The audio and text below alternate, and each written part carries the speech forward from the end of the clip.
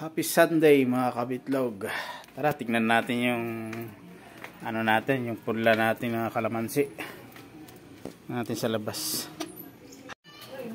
Nandito yung mga punla naming mga kalamansi. Ito. Dadali namin niya sa Sitio Batson. Sana ngayon, kaso hindi kami natuloy dahil nga birthday po ng kumari ko kagabi. Kaya inumaga kami ng uwi. Ayun, may mga bunga na siya. Ayun, malalaki nga yung bunga nito eh. Oh. At ito rin, suha rin ata to. Ito, suha. Ayun, kasi may tinik siya oh. Ito yung kalamansi. Dadalhin sana namin ngayon yan, pati yung mga tatanim namin na mga na mga malunggay. At dito naman may tanim din ako dito na yung ano ba yun, yung ginagawang kukwa. Ano ba yung ginagawang kukwa, Sai? Yung buto nito? Kakao. Meron na po akong napatubo dito. Ayun o, dalawa. May tumubo ba? Kapag patubo na ako dyan, dalawa.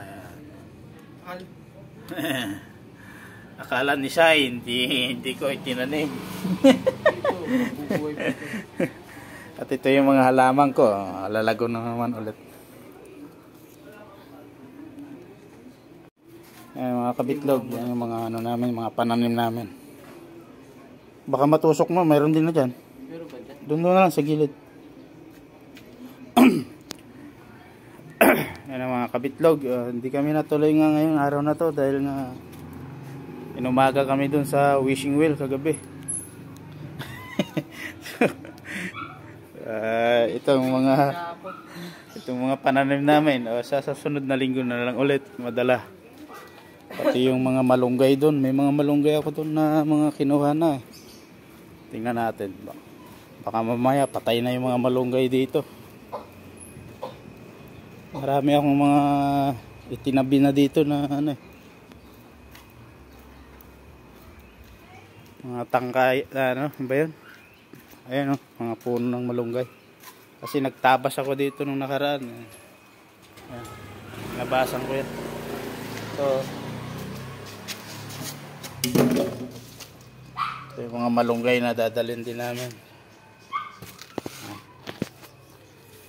Ayan, mga kabitlog.